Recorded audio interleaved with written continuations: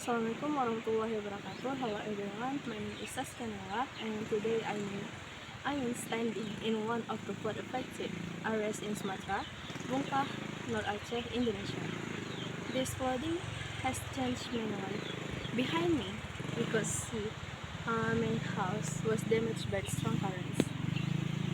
For many families, their house were not just buildings, but the place where they built their lives, and now they are forced to live in evacuation shelters.